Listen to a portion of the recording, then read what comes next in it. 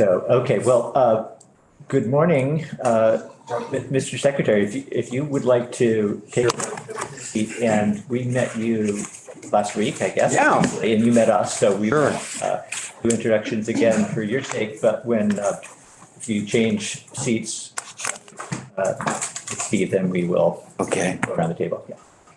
sure. Well, good morning, everyone.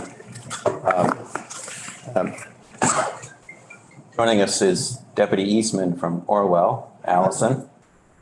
And Allison is very familiar with your committee because she was a member for a few years, representing Orwell and that neck of the woods. So she's down there holding the fort. And also with me, and get a chance to talk with Steve Collier. Steve is with us too. Steve is our attorney, and he's very helpful with working with your legislative council if there needs to be language or policy or whatever. So he's along as well.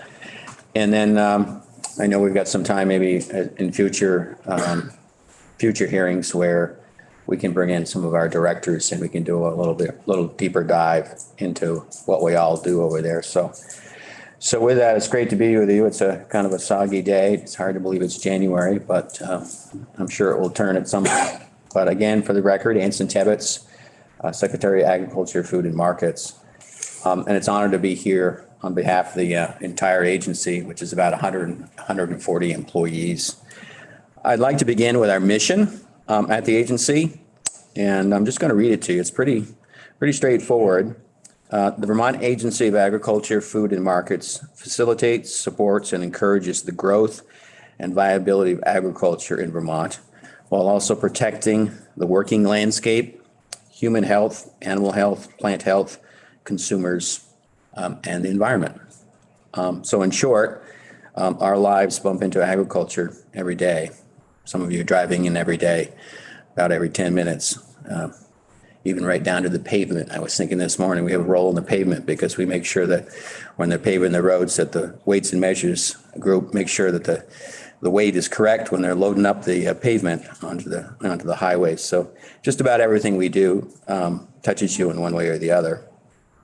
This committee is, of course, vital to our success in future Vermont. And we're also grateful for all of you to take up this challenge. We've got a lot of serious issues, but we'll tackle them. And we also like to have a little fun along the way. So I hope we'll be able to work together. And I know we will over the next few weeks, right into May, with some positive results. So I'd like to maybe begin talking about a little bit what we're in the midst of, maybe a little bit of recap what we accomplished last session that's working its way through our budget process and some of our programs, and then maybe give you a couple of hints of some priorities that I think we might want to tackle with this committee and other committees within the State House. So farmers, they put food on the table for us, and they're very creative. And they're very resilient. No matter what last year threw at them, they were up to the challenge. All we're facing inflation, labor issues, but our farmers and producers continue to produce high quality food for our region and also the nation. This effort does not happen without a strong commitment from our farmers with many hands involved in that. Agriculture faced some strong headwinds with substantial increases in the cost of feed and fuel, but they continued to rally. For example, organic dairies staring down, menacing 50% increases in the cost of feed because of supply chain issues. Well, Vermont, thanks to this committee, was able to stand up a $200,000 granting program to help with on-farm needs to meet the demands of these new markets. Day-to-day costs remain. Working with our regional partners, the agency has appealed to USDA to see if the federal government could offer support, and we're hoping some good news will come soon. Just a note on that, there is legislation in the big omnibus bill that was passed at the end of the year to direct USDA to create some sort of relief program. Now, when that comes, what it's going to look like, we're going to have to wait for that. But I think there's a lot of urgency to this particular issue, and you'll hear more about that.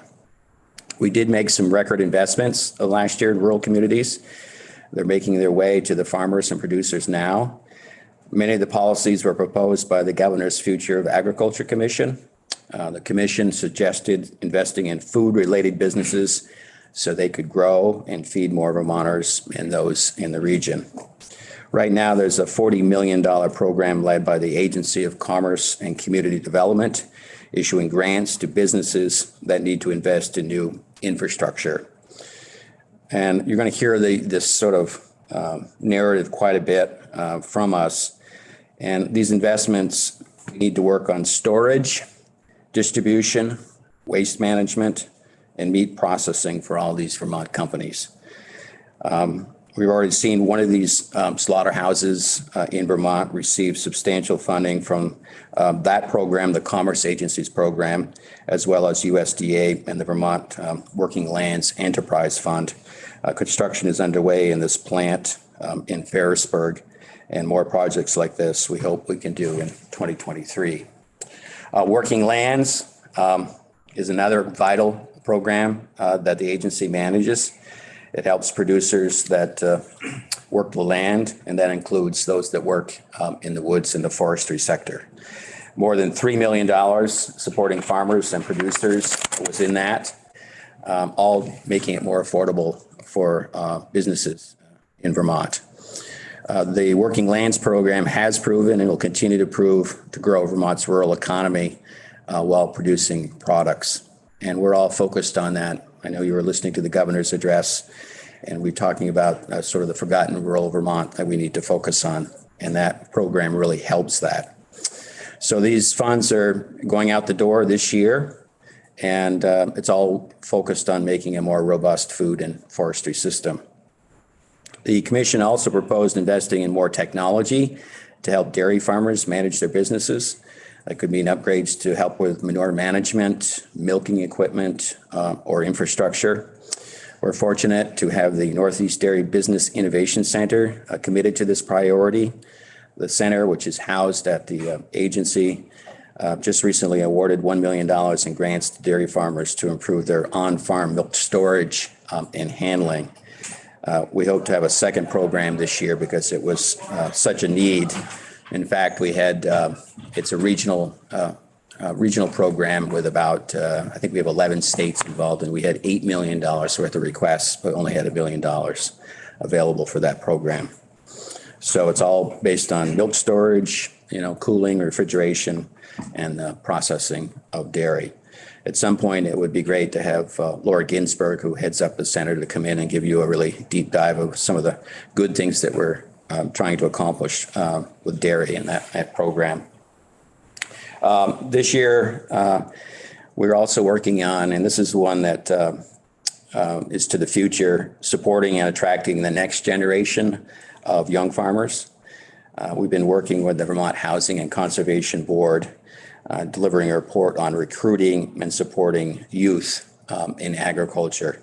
And that report is about to be delivered and could be delivered as soon as this week. We spent this summer talking with many partners across the state of Vermont, and we hope we can work on some next steps with the legislature this session. We also need to support a changing landscape. This is another report that I believe is being delivered today to the legislature, and this is working with the Natural Resources Board on farm accessory businesses. Currently, there's a lot of confusion in that world with probably too many people in the kitchen in this particular area.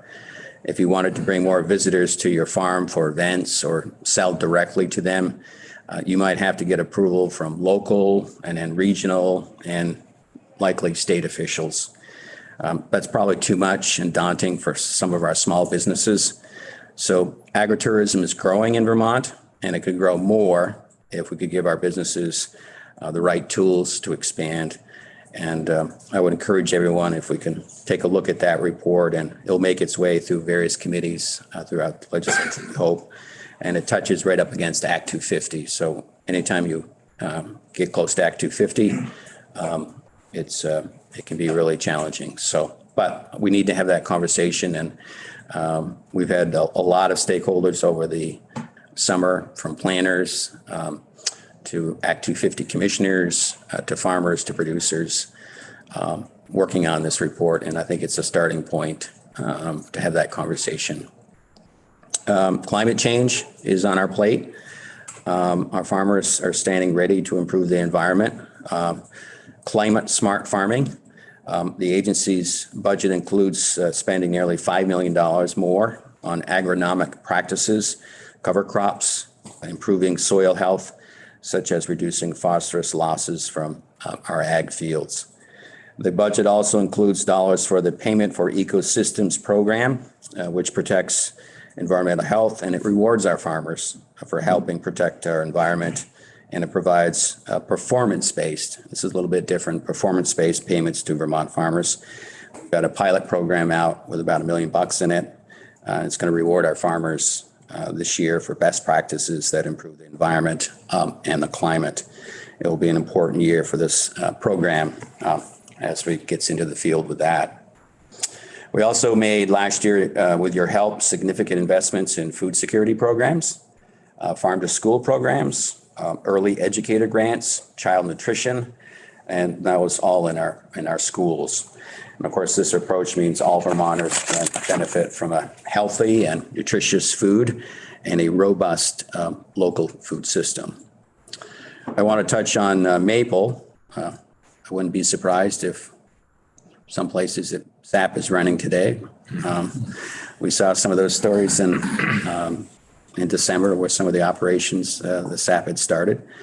But after a few down years, last year was a very successful year, and we had a significant crop in Vermont. We lead the nation in maple production with more than 50% of the syrup produced in the United States.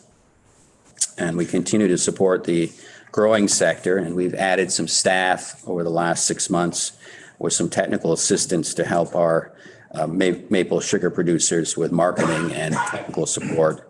And we also have, on the other end, the regulatory end of it, working on compliance and quality issues, making sure the integrity remains a high priority for those producing, selling Vermont maple. And that was an ask a couple of years ago from our maple industry to make sure, with so many new people getting into the business, that we continue to have high quality maple in Vermont. So I would just highlight that, these are a few things that just the importance in our everyday lives, and that's agriculture. We're so grateful for our support of our farmers and our producers and those working here at the State House. There is much work to do, but our approach creates opportunities while helping feed the region, and most importantly, keeping our land in production. Having said that, I am worried. I'm worried about our businesses, what they're facing. Farming is fragile. The economy is rugged, no news to you, particularly in our rural landscape. That is why we must focus on policies that make it more affordable to do business in Vermont. We're always focused on protecting the vulnerable, and we want to grow the economy, particularly in our rural areas in Vermont. It's a heavy lift, but not as heavy as some of our hardworking Vermonters are facing every day as they are trying to manage animals, crops, families, and their businesses. So we are looking forward to this challenge, to work with you in the coming weeks with your deliberations. We're so excited. You've got a new room. You've got some new committee members. You're a bigger committee. You've added an important word in your title. And I always try to remind everyone that my official title is Agriculture, Food, and Markets. So I think there's some incredible stuff that you'll learn over the next few weeks, particularly from our Ag Development Division, working in food systems and trying to support our economy with that. With that, I'm happy to take any questions, or we can turn to Allison if wanted to say anything, or Steve. So we got plenty of time. So anybody have a question right now? You can. I just want to apologize. Yeah, go ahead. Yeah, I'm just apologizing for stepping in late and missing the first part of the presentation. Not an issue. That's going to happen. It happens to me to time. I go in places, but it's a pretty busy place. Representative Rice has a question. I just wonder if you could speak to or give an update from your perspective to where we are in the organic dairy crisis. Mm-hmm. Yeah, it's A couple of things. We survived one significant hurdle. We had a milk buyer called Horizon, and they announced, I don't know, maybe I can't remember the exact date, maybe 18 months ago, that they were leaving the region. They wanted to focus on other parts of the region. So that left a significant amount of farmers at risk of not having a place to sell their milk. We had two buyers, other milk handlers, that agreed to take on some of those producers. And I think everyone that wanted to market was able to get a market either through Stonyfield or Organic Valley. But soon after we got that problem solved, we were in the midst of incredible prices for feed, about 50% increases. And under the organic market, unlike conventional, the price changes from month to month. It goes up. So it was rising while, the inflation parts were rising as well. The organic producers are locked into contracts. So they have not received those increases on their pay price. So that created a disconnect. We are losing organic farmers. Fortunately, the delegation was able to get some language in that bill to direct USDA. USDA has some, I think it's called the Commodity Credit Corporation. It's a fund that they can use to roll out programs.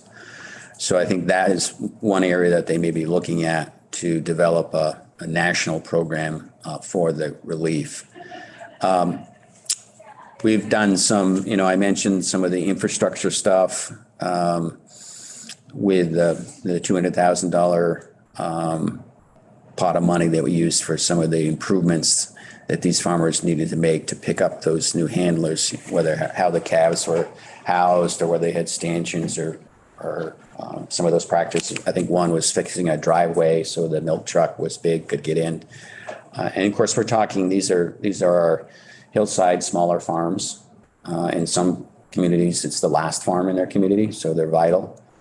But we haven't solved this particular issue yet, and I think you're going to hear more from the organic community in the coming weeks if there's something else that can be done with it. It's a really challenging issue right now, and they just have not received a pay increase. And I know a lot more around the table know a lot more about it than I do, but that's my understanding of it. Thank you for that. And we will be having more conversations on that subject, I'm sure. Representative Lipsky. Yeah, thank you. Jed Lipsky from Memorial One, Stowe. Agritourism, we had a guest witness talking to us about some of the, from sort of legal counsel and Act 250 aspects of definitions of agriculture and how it applied to accessory businesses, which you brought up, and you referenced a report.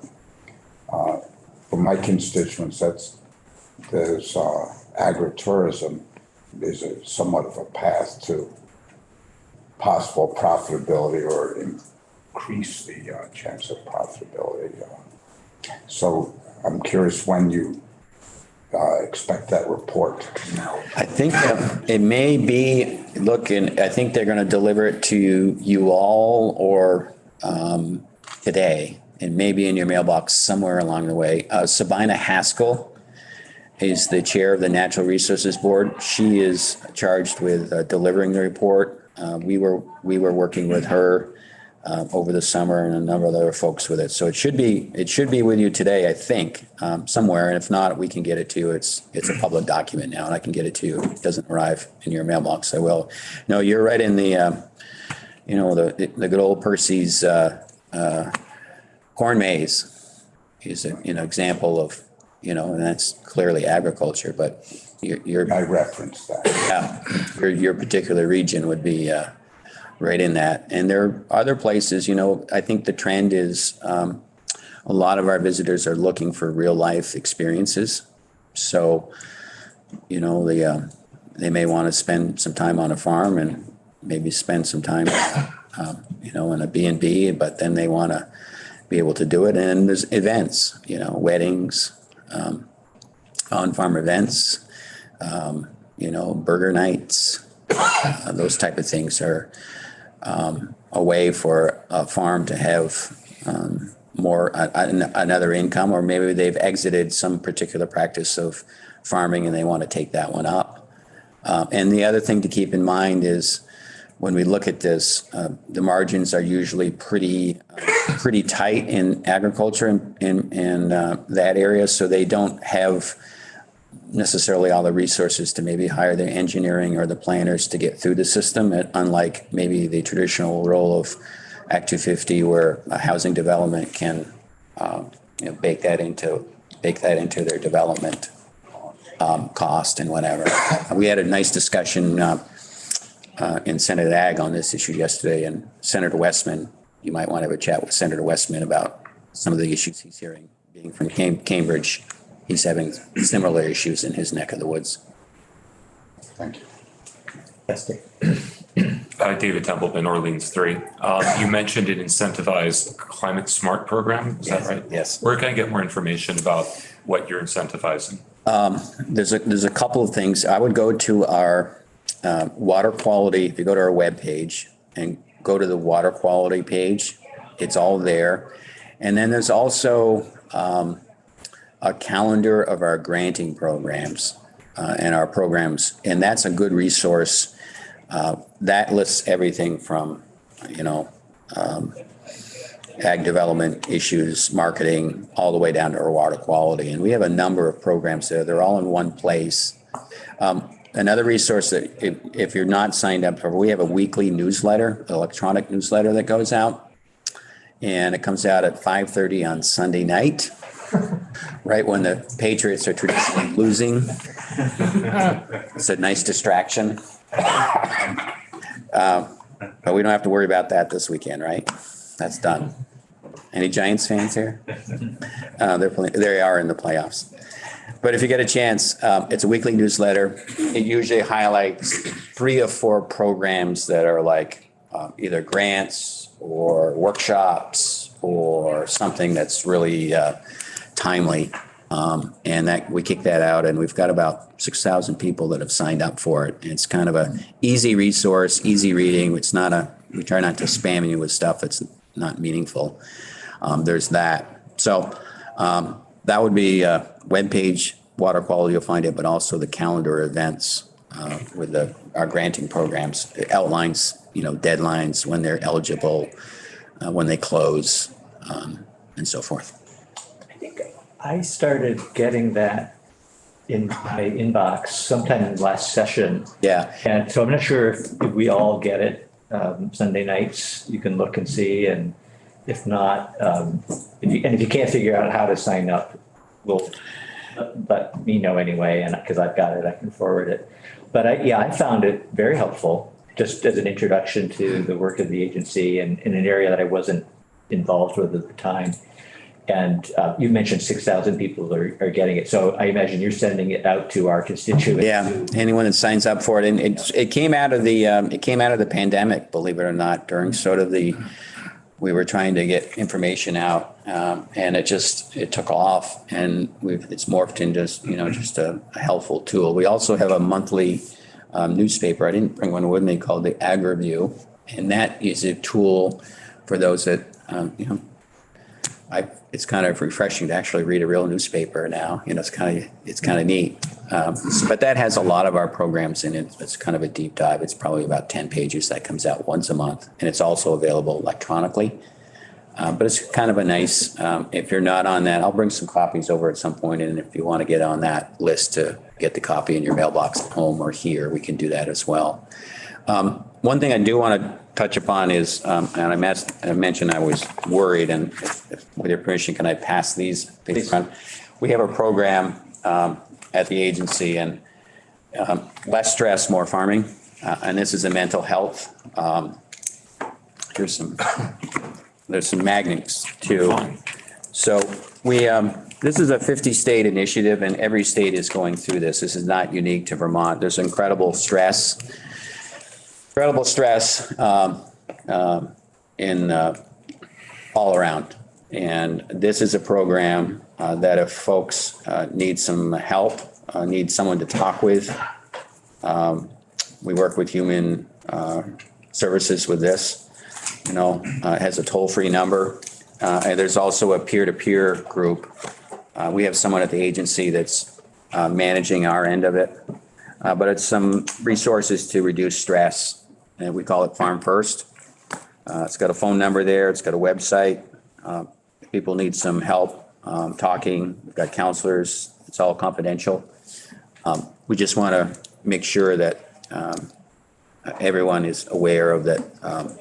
Things are, can be stressful, but we want to get them the help they need as well. So if you have constituents that you run into that you think they might need some of this, please pass it along. We got the good old kitchen magnet, so it's easy to grab. So that's something I just wanted to pass along. And that program's been going for about 6 months, and we've got some funding from USDA as well. Would anybody in the state who farms be on your radar to the extent that they would know about this? Yeah, I think we've done some training in-house. So, for example, all our inspectors have been trained to maybe spot issues in the field, because we have farmers that they go to inspect the farm and run into the farmer or the workers. And that could be weights and measures people as well. So we've had a group that has trained, I think, just about everyone at the agency about this program. And then we have various networks that are in the farm world. We're trying to communicate out to them as well that it's available. So we're trying to get the word out as much as possible that it's there. But anyone in farming, we hope, and you got to constantly. You got to tell someone 6-7 times it's there to know it's there. So you got to keep telling people. So you folks will be a great resource to, if you hear from your constituents all the time. And that's another thing that I want to highlight. If you have constituents that have various issues that need to be addressed, please, let me know. And we'll try to get you, we're big on customer service. We hope to return the phone calls, return the emails, all that stuff, and in a timely manner. But if you have constituents that have an issue, please let me know or anyone at the agency know so we can deal with it in a timely manner. May not have the right answer, but we'll deal with it. So, Representative O'Brien, I think you had a hand up.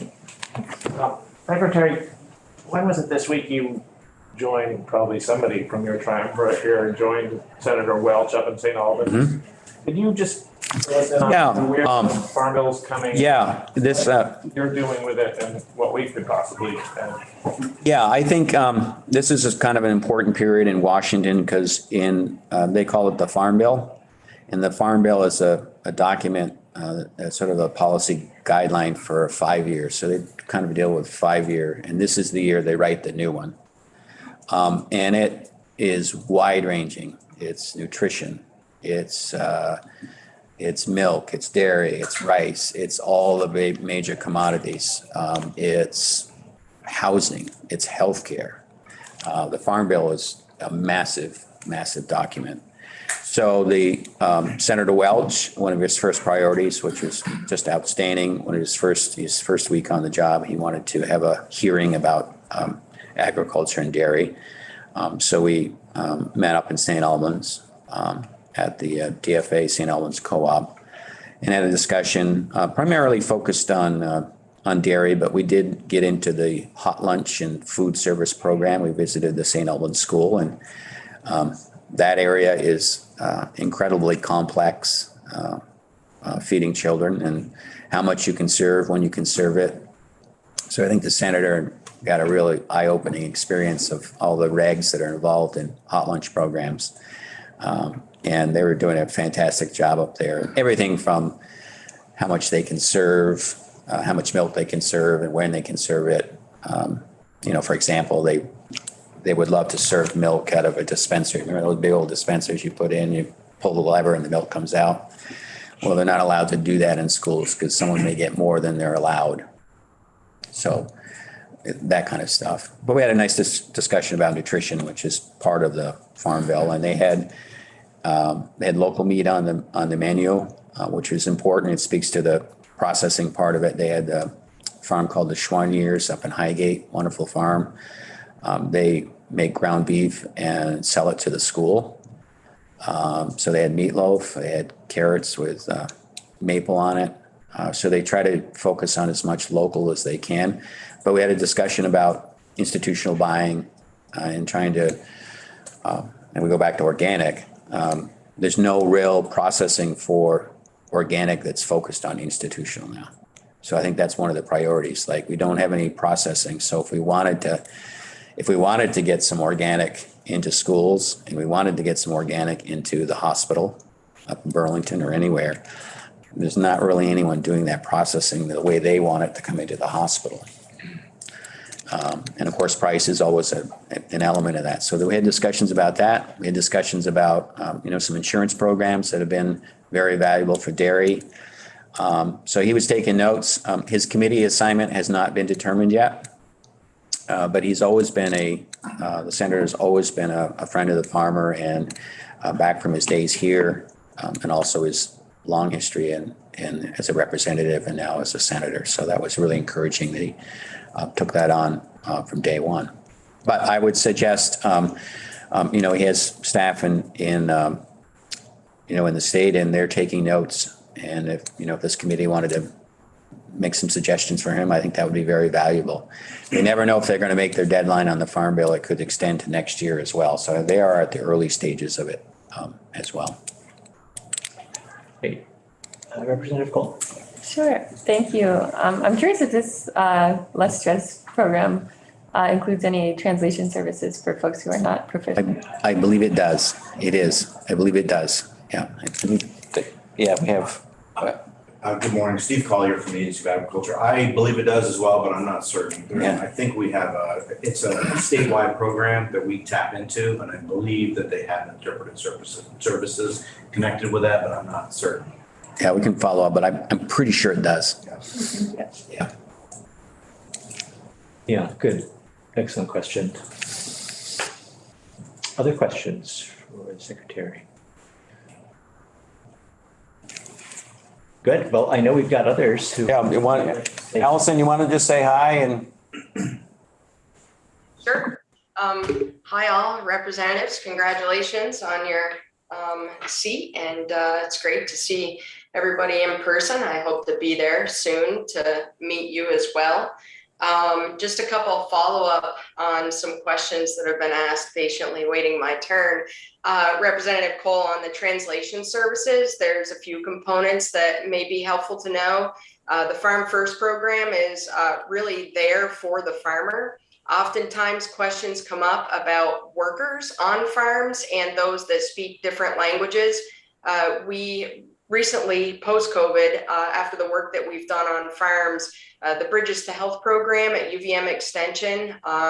Also, they run the Migrant Education program at UVM Extension, has entered in a MOU with Department of Health and recently hired 4 individuals that speak Spanish and 1 that speaks Patois. Patois would be the language of the Jamaican workers, primarily that come here seasonally through the H-2A program. So that's a new development, and primarily focusing around healthcare on the farm.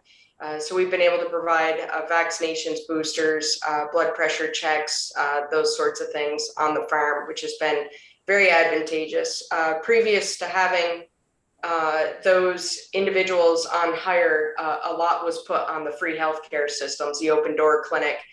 So this is, in addition to, and has been very helpful in broadening the network to service those workers on farm. Also, just a quick plug on the Payment for Ecosystem Services Working Group. I know that your Ledge Counsel, Mike O'Grady, came in and gave you all a wonderful overview of the work that's been done. And want to recognize that this committee authorized in Act 83 in 2019 and then reauthorized in Act 129 of 2020 and again in Act 47 of 2021. So 3 years we were able to get extensions on the work, add committee members to the working group. That final report will be in your email box on the 15th, and we're pretty excited to bring the report forward. We're fortunate to get $1 million towards that appropriation last year to run a pilot program. The pilot program is a proposed hybrid that we will be working with USDA on, and primarily it's through the CSP program, which is the Conservation Stewardship Program. So Ryan Patch is the key contact for that at the agency, and he has a wonderful presentation should you wish to see that at some point. I think we will definitely want to see it. And so now I think just to keep things straight, we've heard 2 reports coming into our inboxes in the next today or over the weekend. Yeah. And actually, Chair Durfee, the Act 250, the NRB report was delivered to you, I believe, and also Chairman Starr this morning at 8:35. So that should be in your email inbox. And so it's interesting as the reports go in, it's customary we send them to the chairs and also legislative reports, but we're happy to distribute differently should you wish. Please let us know. Okay, thank you for letting me know. I'm learning the protocols, and I will make sure it gets distributed to the rest of the committee. They get distributed because it sounds like there's another one coming too. Thank you. Yeah, well, that's great. Steve, you want to hop in here and say a few things? Sure. That's okay. Yeah. Good morning, everyone. Steve Collier, I'm the general counsel for the Agency of Agriculture. I know no one ever wants to speak to a lawyer, but it's a little better when you don't need one. I would like to just start also as Deputy Eastman did by just congratulating you all. I've been a public servant in a lot of different capacities for a long time. I've never had the courage to put myself out there to the public and ask them to support me. What you all did is very brave and necessary. So congratulations on being here. It's wonderful to see some of you again, and it's terrific to see all of the new members as well. So great work. Now let's get to work. I have only done this work myself for a few years, but it is fascinating. And I had no idea how important it is. And I think a lot of other people don't really understand that as well. I grew up in Vermont, left the state for a long time and came back. When I was born, there were over 4,000 dairy farms in the state. It's 527 today, about. It's quite a difference, about 13% of the dairy farms now from just during my life, which I hope I have a while to go yet. So that gives some perspective, I think, about the issues we're facing. And there's a lot of people misunderstand dairy. A lot of people think it's the only thing that we care about. It's absolutely not true. Secretary Tebbetts has been adamant since the day that I joined the agency, and I'm sure before, that we support all forms of responsible agriculture in this state. But the reason that dairy is important is that it manages about 80% of our existing farmland, generates about 70% of the agricultural revenue in the state, and so many other businesses, Ben & Jerry's, Cabot, the St. Albans, St. Albans processor, I mean, all of those businesses and so many more are tied into the dairy industry. And one thing I think it's important for us all to keep in mind when we think about agriculture is if we don't have a sustainable infrastructure to support all forms of agriculture, there won't be agriculture in the state. We are a New England state, cold weather state. Most of the very short growing season that is expanding a little bit, but we don't have very many forms of agriculture that are profitable in December or January or February. So if you don't have something that's sustainable year round, you don't really have an agricultural industry anymore. So these are just things that we think about a lot. It's very depressing. When I joined the agency just 3 years ago, I think there were 645 dairy farms then. It's declined almost 20% just since I joined the agency. Now, we're doing some things very well. Some farms are doing well. Some farms are expanding. So it's not that our milk production has remained fairly steady. But I think all of us value the importance of the small farm as well. Not to say that we don't want the big farms that are profitable and responsible, but if you drive through almost any Vermont community now, when I grew up, there were farms everywhere around me. Now there's almost none. And I think that's common for all of us. And some people think that's a good thing. We don't. And there are some big challenges. There are new pressures. There are important pressures. Water quality is essential to all of us. And that's what to me makes all of this so fascinating. This comes down, ultimately, a lot of the pressures on farming come down to the food. We all need it. We're either going to grow it here or we're going to import it from somewhere else. And there's huge environmental costs to importing our food from Chile or California or Florida versus growing it here. We're never going to grow it all here. No one says that we can. But through a lot of the work that we and others and you all have been doing, we now apparently grow about 20% of our food locally. And I think that might be a New England figure, not necessarily a Vermont figure, but it's a huge improvement from just years ago where it was apparently down around 3 or 4%. We're hoping to get to 30% by 2030. So I'm really appreciative that the Agriculture Committee and is now named the Food Resiliency Committee as well. I think that's critically important. I think we all learned during COVID about the importance of supply chain and local access and the environmental costs. So I started to say the two things we all need the most, and maybe the third is shelter, is food and water. So the work of this committee focuses and hinges on those two essential things, and trying to figure out how Vermont fits into that in the future is a critical mission because we are losing farms. We're losing farmland. We have 109,000 acres that we go by U.S. Census data, and the last data, every 5 years, I think they come out with a census, but the last one we have is 2017. But from 1997 to 2017, so I think from 2017 going back 25 years, we lost 109,000 acres out of around 600,000 acres. So that's also a huge loss. Now we are getting some big gains. We're getting more small farmers, boutique farmers, you might call them, critically important. More people are growing their own food locally, which is really helpful.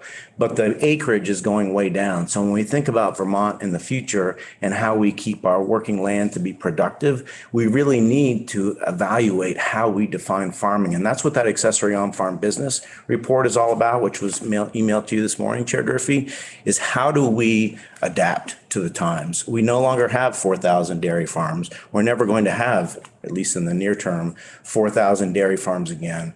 But how do we remain viable? What can farms do? How can we encourage them to do it so that our land can remain open and productive? So these are the things we think about. We have incredibly talented staff at the agency. I'm not one of them, but they're really good. And the relationship with this committee is incredibly important to us. It's been fantastic. One of my favorite things about this job has been how constructive and collaborative the relationship between our agency and this committee and the Senate committee has been, because we can't do this alone. It has to be a constructive and collaborative relationship. So anything you need, we want to provide. If you have questions, please don't hesitate to contact us. We have experts who are informed. If we're not informed, we'll try to become informed. But we recognize that without all of you, we can't do any of the things that all the Vermonters need us to do. So just really happy to be here, to welcome you. Glad there's more members now. That's more members of the House who are now involved in these subjects, which from our perspective is fantastic. So thank you. Thank you. I was going to say you're the first two folks in the agency that we've met, which is appropriate. First three, Deputy Secretary, and we'll be certainly getting to know other folks in the various divisions.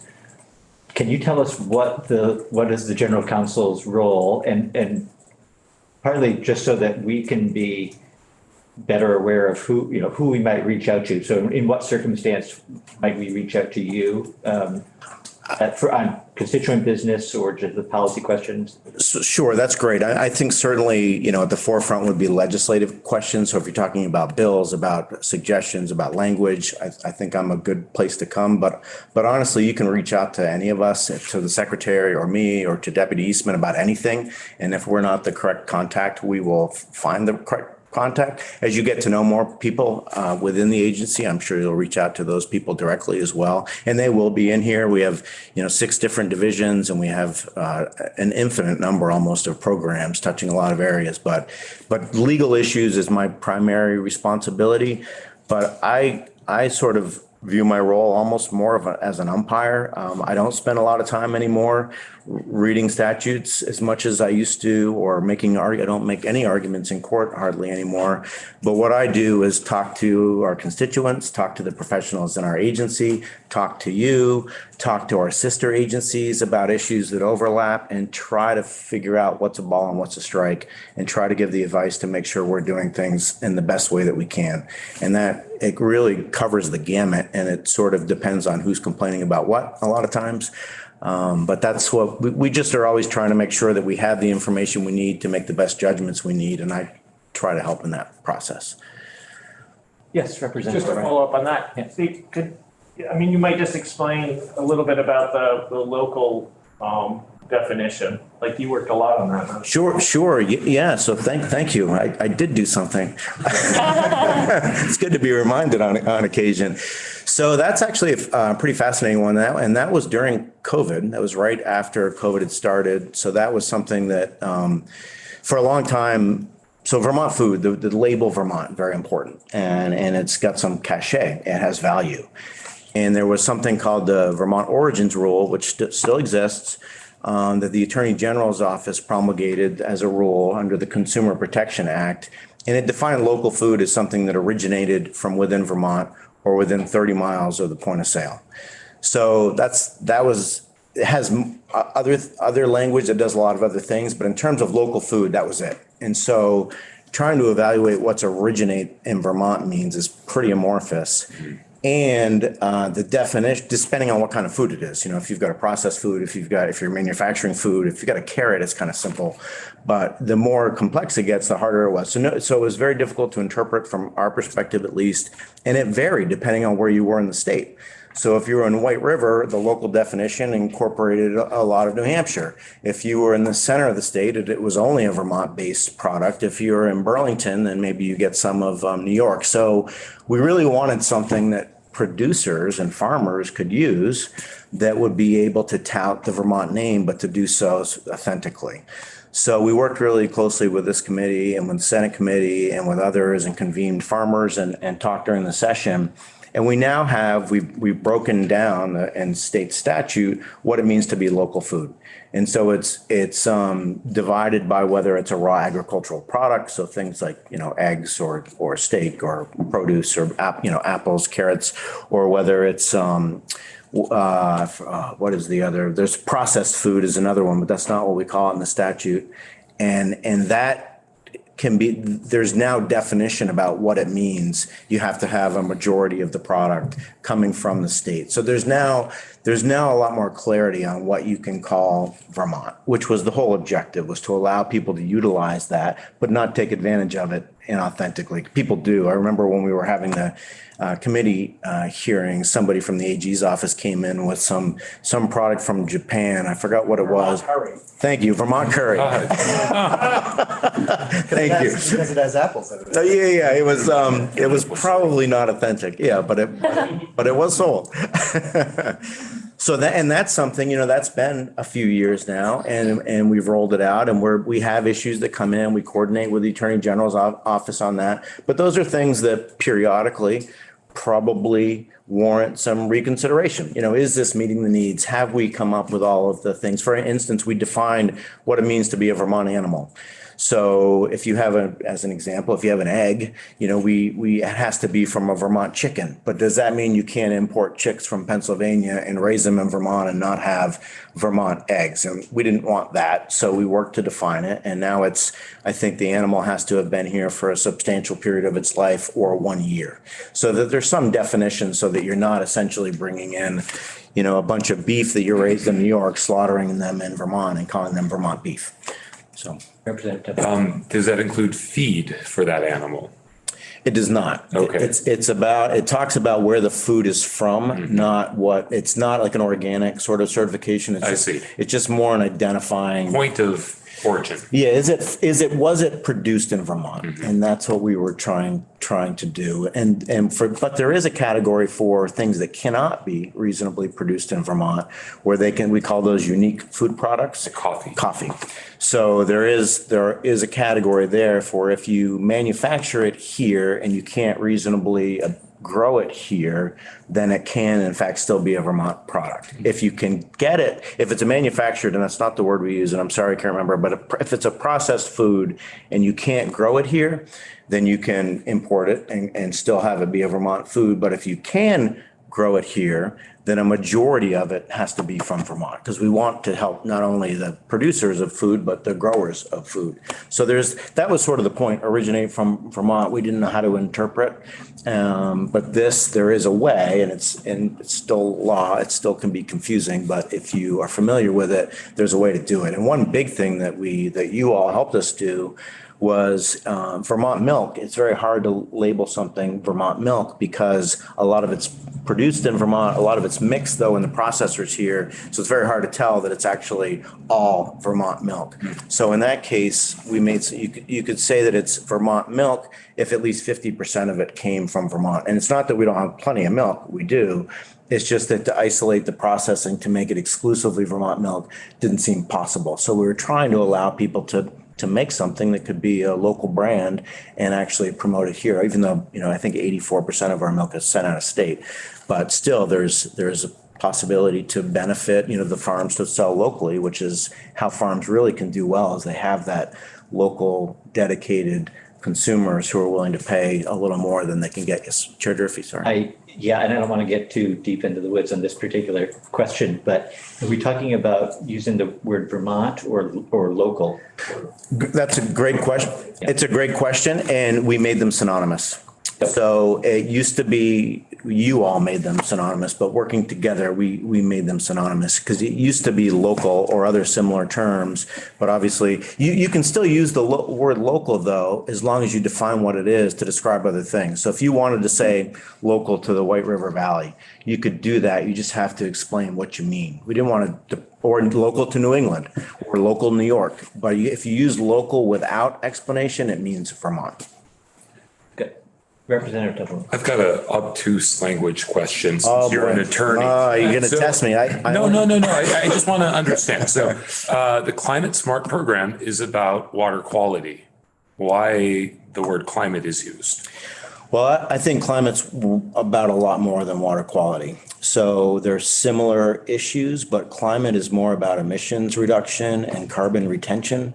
Water quality is more about keeping phosphorus and other contaminants, about getting into the water. There's a lot of parallel practices. But you directed me to the water quality. Where can I find those practices, the climate practices specifically? I believe the secretary is right that we don't have a climate division. We have a water quality division, and a lot of the program. They're grouped. They're similar. Okay. They do similar things. It's about good farming practices. It's just that the targets are a bit different, but we think there's tremendous overlap, and there is. I mean, the idea is to get farmers using the best practices possible to reduce both emissions or retain carbon, and also to keep pollutants, from infiltrating the waters. Thank you. You're welcome.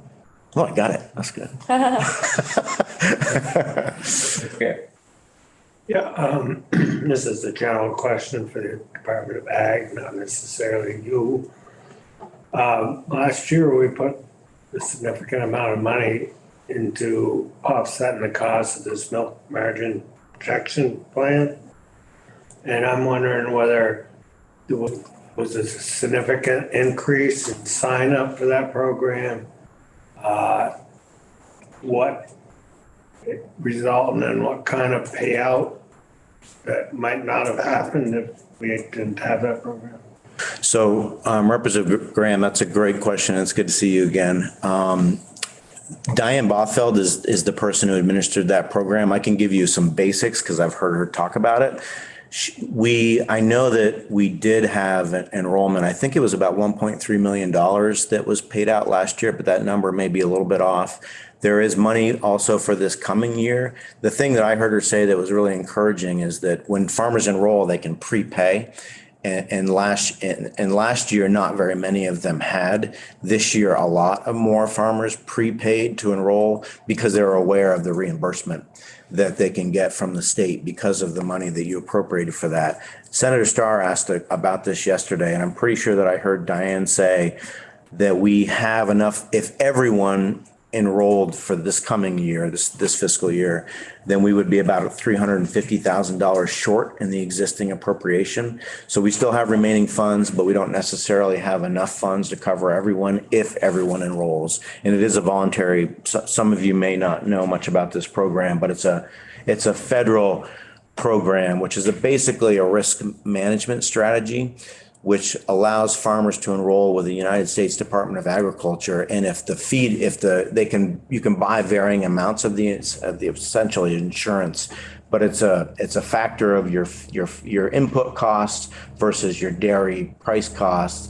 And depending on what coverage you buy, if those get too close together, then your feed cost being down here, your input costs here, your milk commodity price here, if they get too close together, then the USDA fills the gap with that money that you've purchased. And so what the state did last year, I think was the first year, was we agreed to reimburse dairy farms for the cost of that premium as a risk management strategy to encourage farmers to enroll in that program so that they wouldn't be forced out of business because of the rising prices. So I think it's been very successful. Diane could give the exact figures, but I know we've had good enrollment, and it looks like people are now more aware of it and are getting in the train, which is wonderful if people are buying the insurance, because that's one of the great difficulties of dairy farming is there's this really complex, this is not organic farms, this is conventional farms that go through the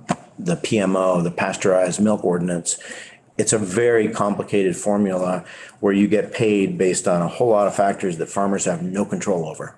So that's one of the reasons people get driven out so often, is because the price varies and they can't depend on it. And so sometimes right now the price is very high, but so are the cost of inputs. Unlike the organic farms, which traditionally had a much higher milk price, but the difference with that, though, as Secretary Tabbitt says, it's fixed now. That price is fixed. So as the input costs rise during the contractual term, their payout is not increasing as well, which is obviously a problem when the prices are rising like they have been these last couple of years. The risk management program at the federal level is not new. It's the state's reimbursement program that was fairly new. Correct. Yeah. Yeah, I think that's something maybe we should have a further discussion about at some point. So Diane Bothfeld would be glad to do that.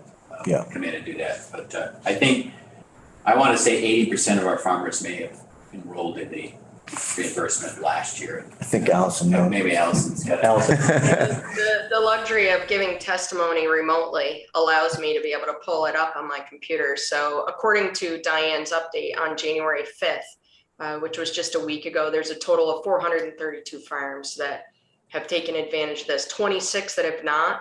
The total is just 1.492 million.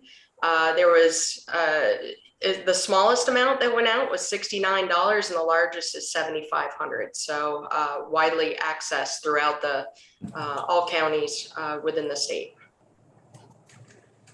Thank you. And Deputy Secretary, you're our first witness on Zoom, I think. So it will take some getting used to look up there and make sure that we know who wants to speak. Thank you. Thank you. Representative O'Brien. I just wondered if Hamptons now, has it moved to the CCB? the sort of umbrella of it, just because interestingly, talking about Act 250, for example, and exemptions on farming, that if hemp is still an agricultural crop and cannabis is not, just there have to be legal complications with that. Hemp is incredibly complicated because under federal law, if it's not hemp, it's a controlled one, it's a Schedule I controlled substance and it's illegal. So the state law now, hemp and or cannabis, which is the new word for marijuana, essentially. The cannabis plant, hemp and marijuana are the same plant. The cannabis, the sativa L. The differentiation. Cannabis is the old word. Marijuana is the new one. You're right. Now we're back to cannabis. Yes, correct. More obtuse language stuff. No, I often deserve correction. But the legal threshold is that if you have more than 0.3% THC, THC is a psychoactive ingredient. If you have more than 0.3%, then it's cannabis in Vermont or marijuana under federal law. If it's 3.3% or under, then it's hemp under both state and federal law. So the tricky thing about it is that it's really hard to grow something that qualifies as hemp because the way that the federal system structured it is you're not only measuring the THC that's active in the plant, you're also measuring the THCA, which is another thing that occurs naturally in hemp. And you have to convert the THCA into THC by decarboxylation, which is essentially heating it up, or there's other ways, before you measure the THC. So bottom line is, if you try to grow hemp, you're in Vermont so far with the abilities that we have, because keep in mind, for years it was all illegal. So even though hemp's been grown forever, or cannabis has been grown forever, sorry, it was banned under both federal and state law for over 50, maybe 70 years. So people were starting to get into figuring out how to produce hemp, which a lot of people did very well. But it still was difficult to produce it under a federally legal way. And up to 40% of the crop could potentially be subject to destruction. There's no other crop, if you don't grow it exactly right, even if you try to grow it right, you couldn't necessarily do it. You might have to destroy it, even though it's a perfectly viable crop. So I'm saying all this because hemp is still hemp under federal law. It's still completely legal. It's still grown in Vermont. It still can be grown in Vermont and sent out of state. But now our hemp growers need to register with the United States Department of Agriculture instead of with us. And which is the exact same legal requirements. And actually they don't have to pay a fee to register with the USDA. And they did have to pay a fee with us because that's how we funded the program.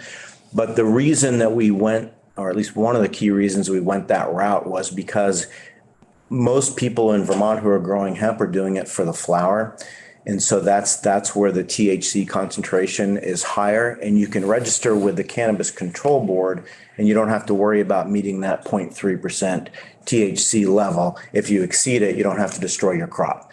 So because CBD producers or other people who are producing things for the floral product, it's most of them, we believed, and I think this is being borne out, would prefer to register with a CCB Cannabis Control Board, and not have to meet that lower threshold. So if you want to grow hemp in Vermont, all the same options have always been that were available to you are still available to you, but you need to register with the USDA instead of with us.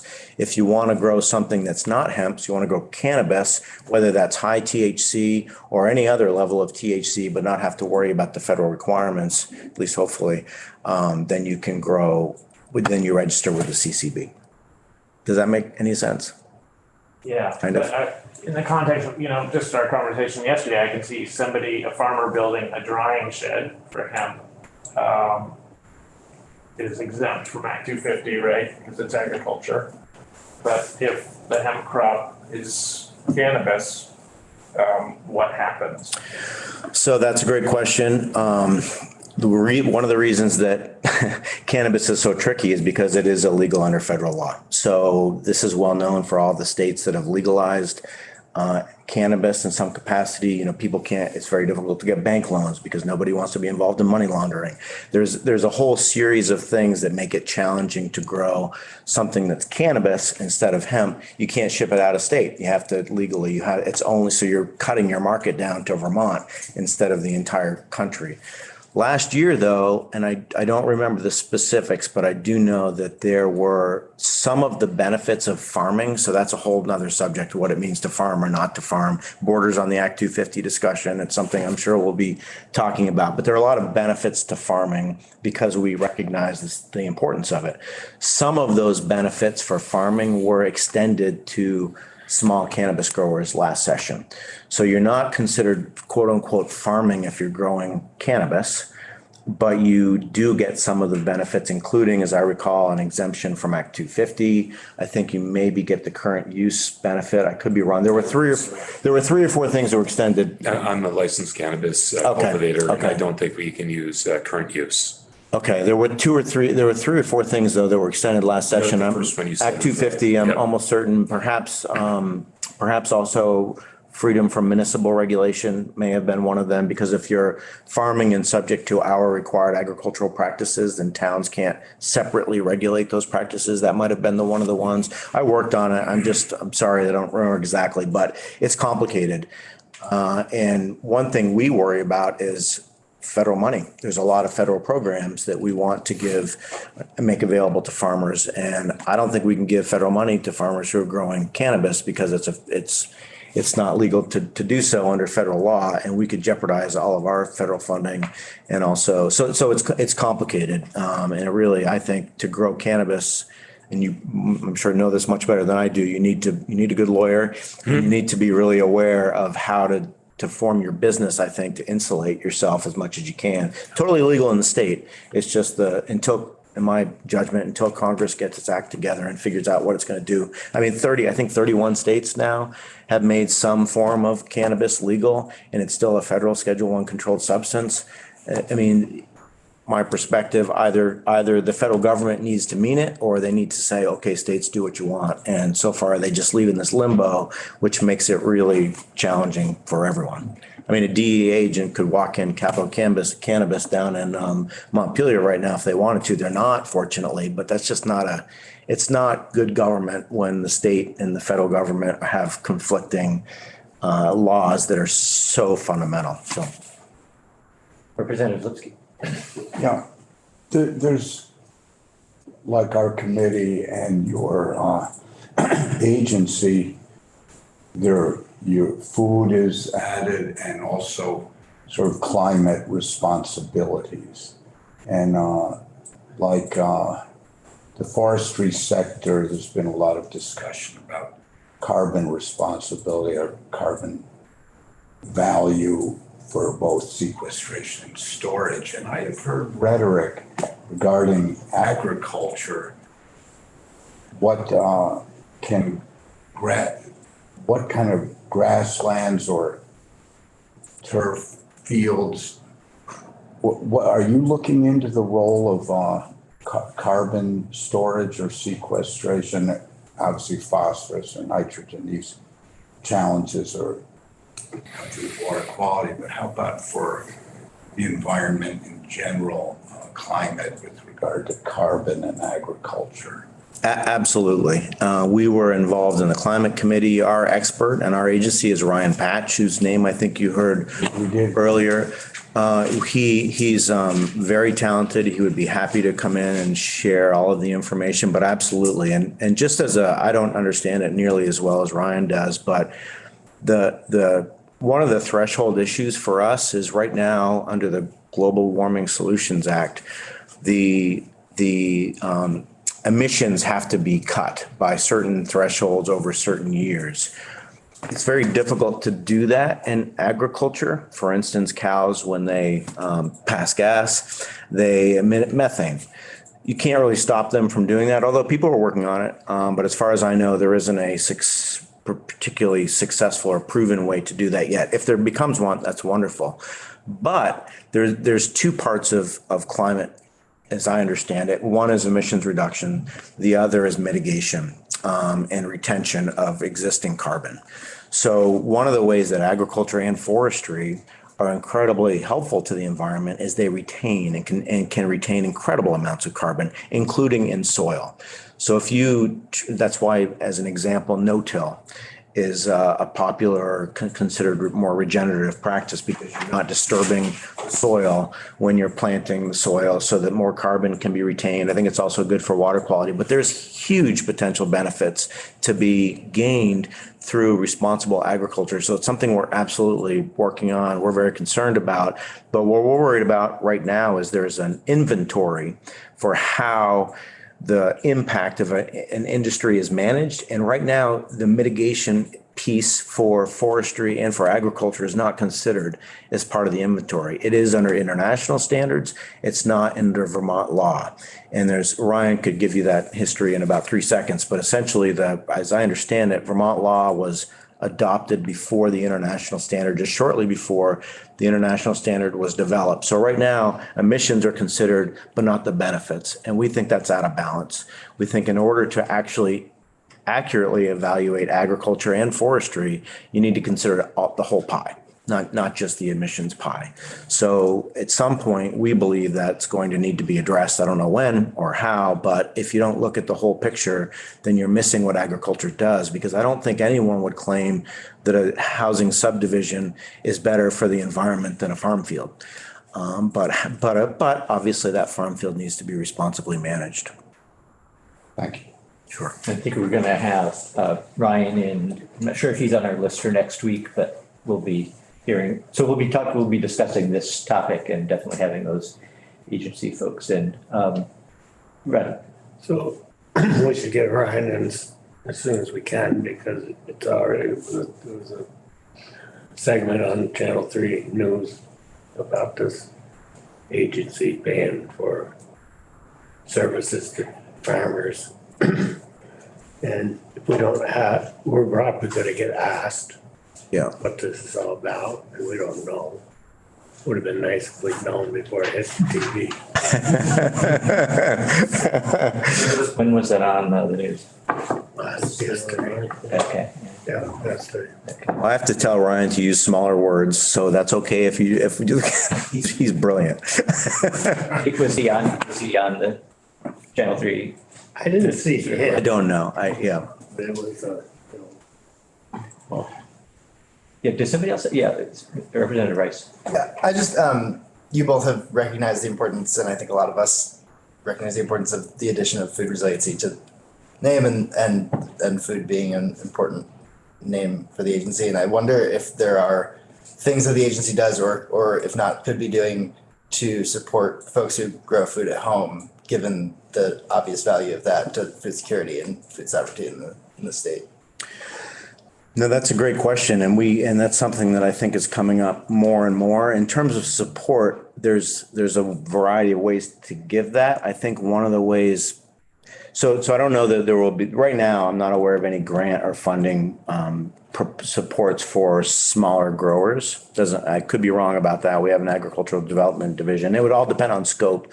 But I think where I see a lot of related interest is whether or not someone qualifies as farming. And the reason that matters is because if you are farming, towns and municipalities can't separately regulate you, which is very important. Also, you're not subject to Act 250, which can be very important. So from my perspective, the land use overlay can be really important. For instance, if someone wants to have backyard chickens in a town and the town doesn't want them to, if they're farming, the town can't separately regulate them, at least under my opinion. If you're not farming, they can. So the other potentially really important issue is about nuisance litigation. And that's, I think you may have been talking about right to farm issues or at least will be. Mike O'Grady has done tremendous work on that issue. We worked some on that last year as well. Some of you may remember, but the reason that's important is because farming has some collateral impacts. It can stink, it can smell, it can be noisy, it can have things that neighbors don't like. And if neighbors don't like it, they can sue you for that. And there's some protection if you are farming and you're meeting the requirements that you have to meet to farm, then there's some protection from civil litigation. It's, my opinion, very weak protection right now, but it is protection, which can be very helpful. So I don't, Mr. Secretary, are you aware of any specific funding initiatives for small time or Allison for small growers? No, I think that's probably, Abby Willard from our development division might have some suggestions or ideas on that, depending what it is. It's all scope and scale. So our Working Lands program, which we're very proud of, gets some funding, and hopefully that funding will continue, and hopefully over time it will even continue to increase. But there's a lot of ways that program helps both farm and forestry, and it all depends upon the parameters of the program. Right now, to be farming in Vermont, it's not, in my opinion, not a high threshold. You can meet it by having $2,000 annually in agricultural sales, which it's not a lot, especially with the inflation. You can meet it by filing a Schedule F with your 1040 income tax. You also, there are other ways to do it too, but you can be a quote unquote farmer fairly easily. And once you're a farmer, then you do enjoy those protections that I think really matter to a lot of people. So somebody with a half dozen chickens, not selling their eggs could file a Schedule F, and or maybe they sell a dozen eggs and then they have $5 in revenue. I don't know what the Schedule F criteria are, but I think they're not very onerous. Yeah. Other questions? But just to follow up on that. Yeah. But isn't that a certain amount of your income too, though, your household income? Just because, right, all of, the secretary, if 2% of his income is from egg sales, does he become a farmer? Not in terms of land use. That may be true for taxes, but in terms of so you are farming subject to our required agricultural practices, which are primarily water quality protections. There are some other things in there, but the major point of the required agricultural practices is that you're not polluting. So there's a lot of different requirements in there to make sure that you're doing it appropriately. But if you meet those thresholds on a parcel of your property or a portion of your property that's primarily devoted to farming, then you are subject to the required agricultural practices. So you can be farming as long as you meet that threshold in our rule. For tax purposes, I don't know. There may be some different requirements. There's about 30 or 40 different definitions of farming and agriculture in the state. It just depends on whose jurisdiction you're tapping into. But would that give you an exemption then from, municipal land use or Act 250? So the way the law is set up is if you are farming and meet the definition and you are subject to our required agricultural practices, then towns are not supposed to separately regulate those practices. So it wouldn't extend to all of your property. If you build an apartment for an in-law apartment, it has no bearing on your farm operation. But in terms of if you're growing produce or you have an apple orchard and it meets that definition, then the town is not supposed to be separately regulating those practices, which is actually a very interesting segue into the whole accessory on-farm business issue.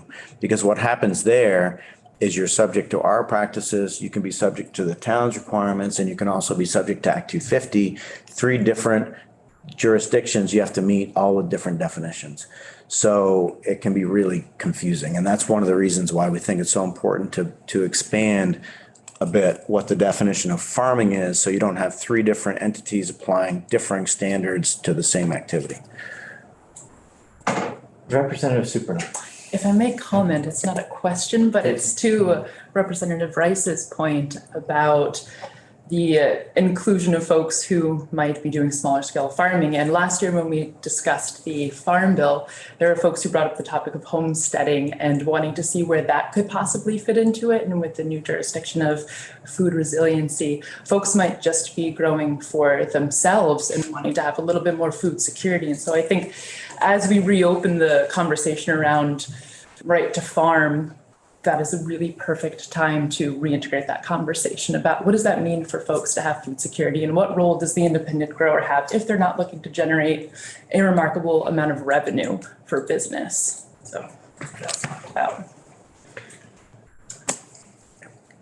I just wanted to, I don't see any other questions, and thank you very much for your time. I wanted to just mention, and we're very much still in the early phases of our work, obviously, and haven't had a chance to delve into much depth a lot of the issues that have been mentioned again today.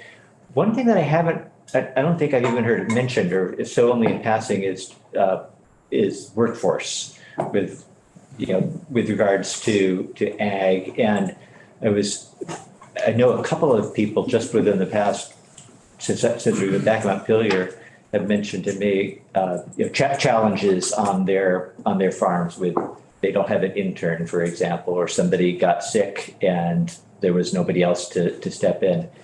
And so purely anecdotal, but given that we're constantly talking about workforce, at large, I imagine that it's a challenge in the areas that we deal with as well. So that might be something that we want to learn more about possibly. And I don't know if there's anything to say at the moment, but I can tell you that, and Secretary Tebbetts hears this, I think, virtually every day when he's out meeting people, but there's tremendous need to get employees. It's a real problem. A lot of dairy farms are hoping to automate. They don't have the funds to do it because they can't find the workers. Virtually, I mean, this is not, I don't think, exclusive to agriculture in Vermont. It's very hard to find people still right now. And with the wage growth, it's also hard to pay them. Deputy Secretary Eastman works very hard on trying to get access to more temporary employees with the state. And so a lot of farms have been tapping into that program, the H-2A program, which is a federal visa program, and it works wonderfully for a lot of farms, but you need some resources and some infrastructure. You have to provide housing to people, which is not a bad thing. It's just that it's a cost. So there are some avenues that probably can help, but there's a deficit, and Secretary Tebbetts may want to. And I would just add, it's being extended into other areas, like, for example, the maple industry.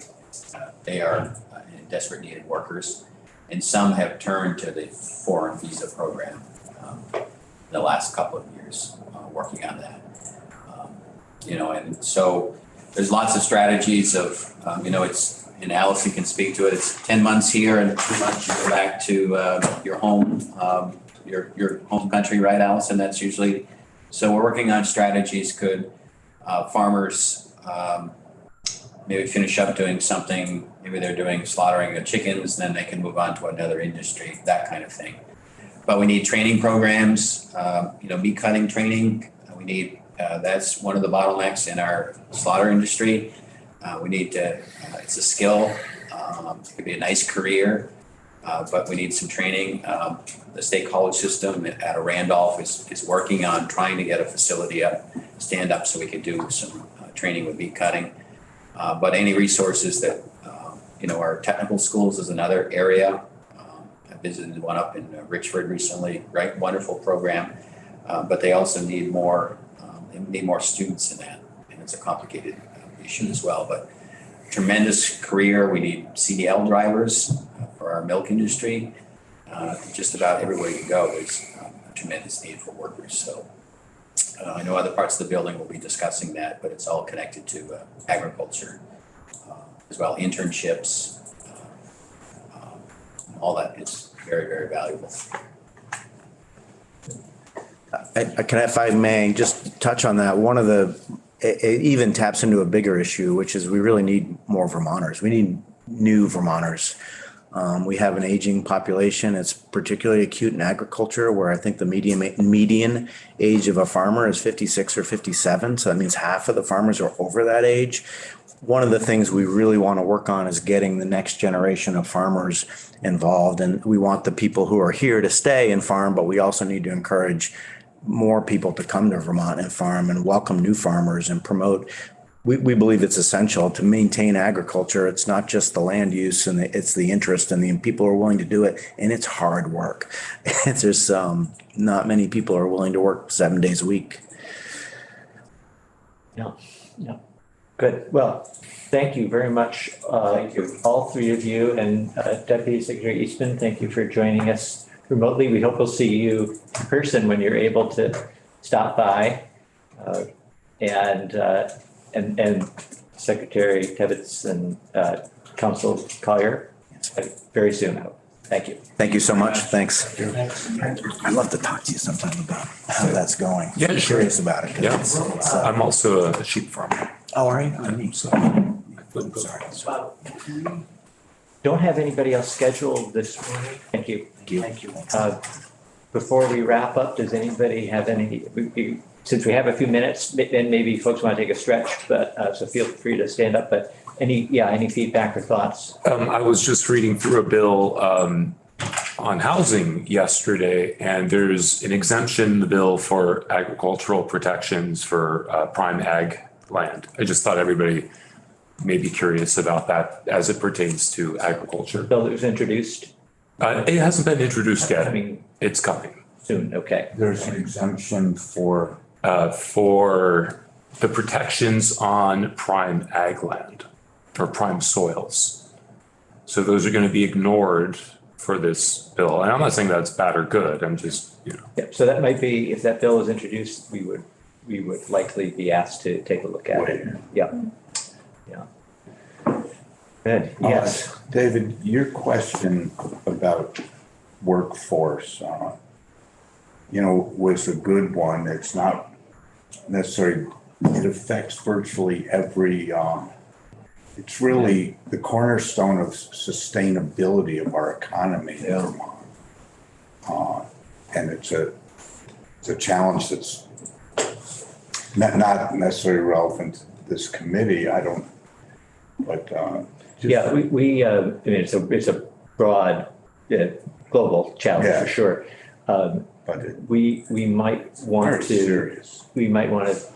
hear from folks who are thinking about it specifically as it relates to ag and to forestry, from the college, technical college, for example, and maybe the high school level programs that tech centers do. And maybe others that I'm not aware of, so. Yeah, Henry. I just shared the link with Aurora, that was on WCAX. From this, okay. I don't know if she wants to pass it around or we can watch it. What was that? So she It was has, about the, incentive for, what is the name of it? The Payment. Payment for ecosystem services, yeah. I was highlighting, I think, Scott Magan's operation up there. He's been pretty involved in that. So we do have next week, is, Yeah, he's confirmed. okay, so we will hear from Ryan Patch, and then a couple other folks too, just sort of on the broadly talking about that issue. Yes, John. Thinking about all this food resiliency and homesteading, it would be interesting to maybe committee bill wise to think about if what is it about selling $2,000 worth of something that makes you a farmer, whereas if you raise it for your family, you're not a farmer. It's like You could sell it, or you could. so if it was even Consume in it yourself, kind, yeah. it would be interesting to maybe extend those benefits. I mean, yeah, Raising money. I think there's a lot to be done around the language around the definition of farmer, also farmer versus farm worker. I mean, if you're raising food, you're farming, Yeah. right? And Right. maybe the difference is paying taxes. I mean, if you're Well, assuming Income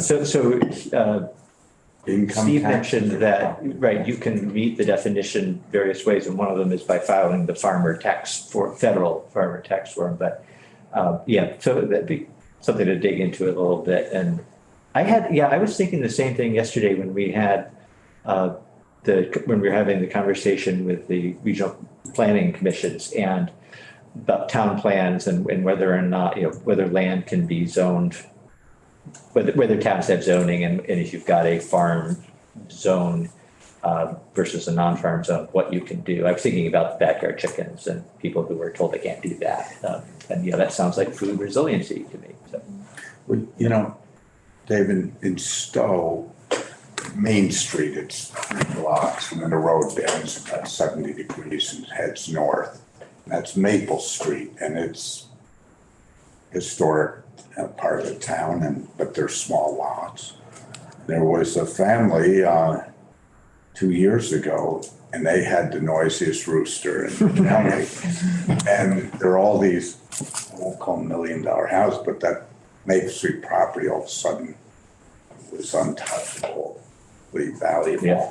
But this local brothers lived in this house, and that rooster woke up the whole and it became a bit of a range war between nuisance complaints and lawsuits. It was just, they weren't farming, they were feeding themselves. Yeah, yep.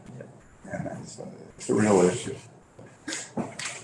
Thank you. Something that conversation triggered in me is hearing the statistic that 80% of our ag land is in the dairy industry. And as we talk about the age of farmers right now and lack of potential generational transfers and wanting to encourage new folks to enter into the sector of agriculture, I'm just wondering where are they going to find that land if so much of that land is tied up? And I'm wondering if there's an organization or anyone specific within the agency who deals with those transfers of land, and if we could connect with somebody that might be able to give us a little bit more of a roadmap on how folks can access that land. If I may, I served on the Stowe Land Trust for 9 years, and we facilitated, and I might suggest either the chair or vice chair reach out to Kristen Sharpless, who's our executive director. We partnered with both Vermont Land Trust, and there is where a young couple, a farmer wanted to sell their land. It wasn't a large farm.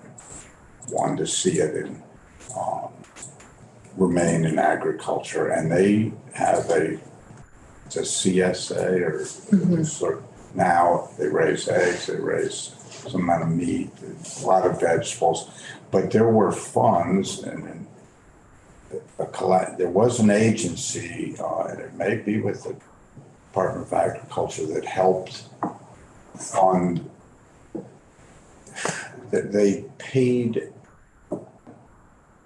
most of what the seller wanted, that the new, younger farm couple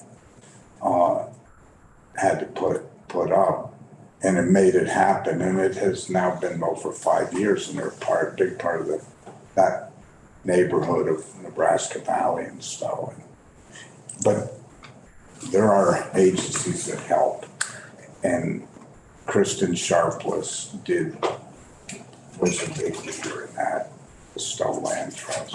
Sure. That's one resource. Do you know something about that, maybe? I don't know much about that. I know a little bit about the land trust, but I'm also wondering if we'd like to hear from the local branch of the National Young Farmers Coalition, who specifically addresses the barriers for new and marginalized farmers and ways that they're dealing with that, ways that they could see us be helpful in dealing with that. Because as somebody who has been farming for almost 10 years and does not own my own land and does not foresee that happening, I think that is a common trend, and there are folks who would like to enter into this field, but it is still exceptionally pricey, and having easements maybe that we could be part of. Well, ownership is critical for equity and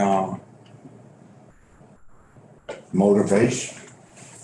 Our sharecroppers didn't do well historically, but Abraham Lincoln was a huge advocate for ownership of property as a motivation to grow or feed your family, support your family. I would just add VHCB to that list. That's probably who was part of that. VHC, Vermont Housing Yeah. Conservation. Was their big, they were one of those. and just, they would be a good one to have come in and testify and explain their role in that. Good. Charles? Is there any way to tie our committee in with education? Because it seems like, I don't know how much education in schools are towards farming or sometimes even working. I'm not trying to be critical of everybody, but anybody that does any kind of farming it takes hours of work. I mean, if you have animals, especially dairy farmers, I know a number of dairy farmers, they don't really get a day off.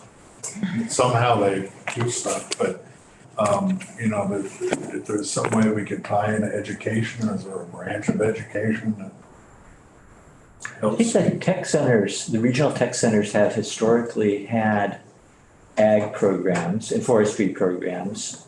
And they may, I mean, I don't know where that stands right now. Those come in, you know, I know in Bennington, in any case, the programs are come and gone depending on whether there's interest and whether there's somebody to actually do the instruction.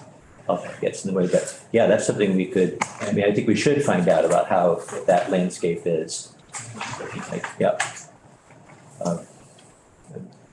I had one piece of community business and That's what you I have was another gonna, piece of community business? it's probably the same thing. Yes, yeah, good. So we need to appoint, each committee needs to appoint a clerk. And the clerk's role is to take the roll when we vote on bills, and the clerk used to have before there was all this technology, the clerk had a bigger role.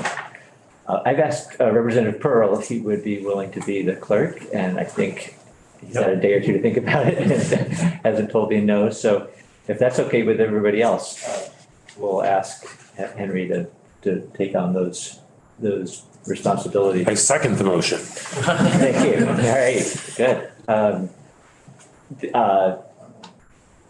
And you can, if you haven't already, you can consult with Laura. Just Yep. Yeah. Not much until we get a bill anyway. By the looks of our wall, you've got time. Oh my God. Oh, right, that's where they go. Well, if anybody wants to start thinking creatively about other uses for that bulletin board. Oh my.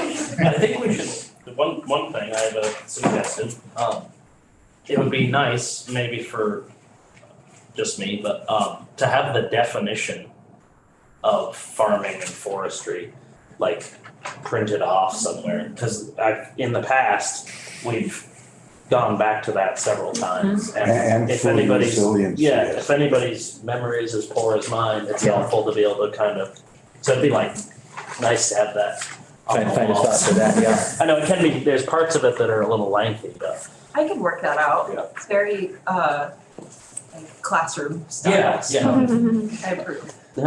And there are 19 definitions too. Yeah, but like the one main one, maybe? Act 250. Yeah. We heard from one of our legislative council that there are 19, and I think I heard a larger number today. But then I think Ellen said, you know, there's one sort of key one. Core and one, A lot of other sort of a lot of other sections of statute reference that one. So, yeah, that'd be good. Good, all right, well, anything else anybody has? We will take a break then, and we have, so this afternoon, we're gonna be spending the time that we have, probably, I think we have scheduled until 3, looking at, learning about the Sustainable Jobs Fund and specifically the Farm to Plate program. There's some information that we may have to distribute. Heather, did we bring back some? Yes, all of it is. Yeah, so if anybody wants to, Mhm. if anyone wants to grab one of those now or before coming back at 1, just to have that, have a head start. Yeah, thanks.